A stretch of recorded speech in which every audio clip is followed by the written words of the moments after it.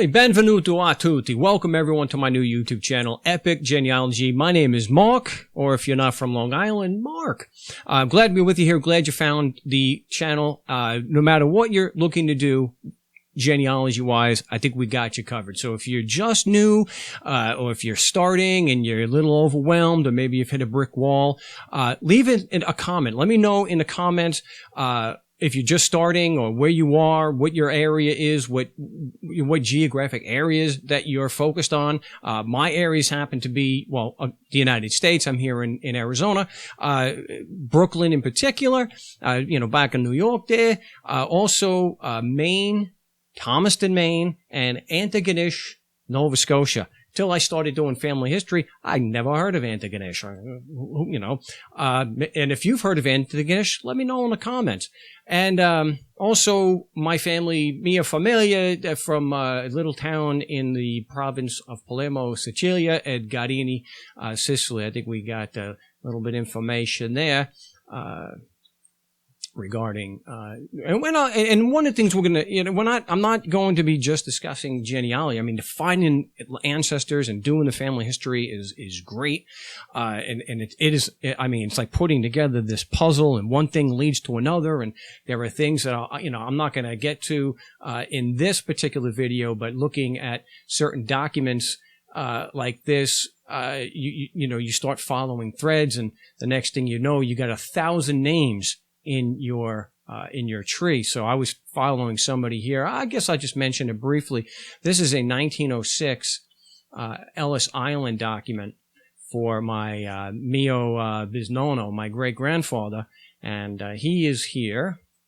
Where Pietro Randazzo.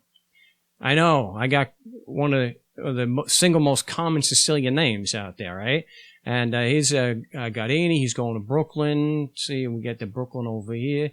And this drove me crazy because he was going to see Stefano Menino. He's a Cugino, 242 Columbia Street in Brooklyn.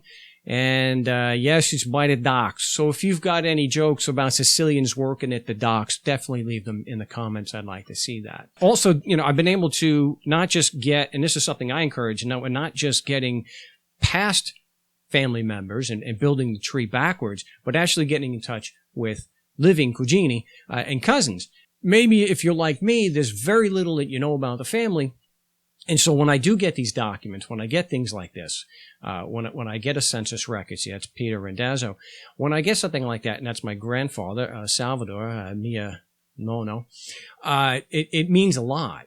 And especially when I'm able to get pictures, especially, and when we don't have pictures available. So, this is, I had not had any pictures of my great-grandfather on my Irish-Scotch side, or Scott side. And, so my father, it's his grandfather, Harry, no pictures. No pictures. So to me, when you have pictures, it just makes the family history come more alive. You get more of a connection, especially if they if you look like them. And so we had no pictures, but because I was able to get in touch with, now this is, I think this is him right here. But because we knew, I was able to get in touch with Harry's brother Hugh, a very common name in the family. We were able to then get in touch with a cousin who had and posted this picture of all the siblings, all of Harry's siblings. So we knew from prior pictures that this is Hugh. And given the ages that we know that, I have all the dates of when everybody was born. Since he looks the oldest, I would say that was Charles. He's older, and yes, he's the youngest male, the youngest brother. We don't think that that's him. So I'm thinking it's this guy. I'm thinking he's Harry. Not so much this guy. I think he looks a little too old. I think he's the third oldest. So I think I'm pretty certain this is my great-grandfather. But hopefully now that I know people in Thomaston who are family, we can get more pictures. And what's really cool is that their mother is in the picture. So this is Evelyn Mayo. And, of course, they were in Thomaston, Maine. And, so now that we know what the great-great-grandmother looks like, we might be able to then get wedding pictures or whatnot. So hopefully that is something that we are going to be able to do. But I will be doing deep dives in teaching how to navigate some of the more common websites like Family Search and Ancestry, and how to get free, and do research that's up there for free. I'm very lucky. We are very lucky. Well, not only Siamo and Siciliano, but we're also lucky that the Sicilian records are some of the best preserved in Europe. And so this is just a fantastic collection that they have on Family Search. And look at these records. We've got baptism records to 1556. Of course, these are the Catholic Church records. We've got marriage records from 1677 and death records from 1553. And they look fantastic. This is an 1801. Whoa. This is an 1801 death record.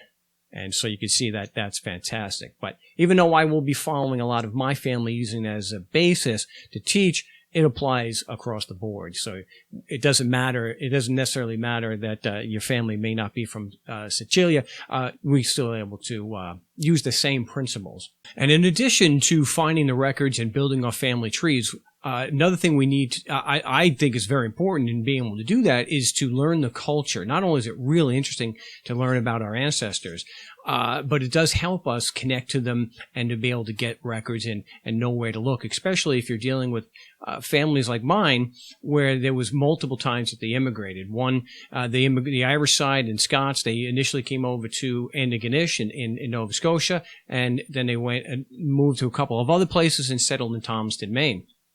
Another thing, too, is the history of that area, the history of Ireland or Scotland or Sicilia, really helps paint a better picture so we can better understand their lives. And of course, you've seen, I'm getting to this, probably my favorite part of all that is the food, learning about the food. It may not tell us how they went to certain places, but it does help us understand a bit better about how they lived. And my gosh, how can you argue with Siciliano food? My gosh, cannolis. And here's a little bit of information. Cannoli is actually the plural. So when you put an I at the end of a word in Italiano or Siciliano, that's the plural. So cannoli is you always want to ask for cannoli anyway, because who wants just one? So that's so culture and history and food, some of the subjects that I'll be covering here also on the channel. So again, I'm Mark. This is Epic Genealogy, and I'm also Epic Genealogy on Instagram and Facebook. And I know Facebook, but it's, as I'll go through in another video, really good for being able to contact family and keep touch and get and be able to help each other out and get information and post pictures. Tell me in the comments if you're just starting out, where you are, what your area is, and make sure that you subscribe. Because I'm going to be going at least one video a week. And if there's a particular interest that you want to see me do a certain topic, let me know in the comments also what your area is that you're researching, what the families are, and what the geographic location is. Okay. So again, I'm Mark, and this is Epic Genealogy. And until the next video, salud.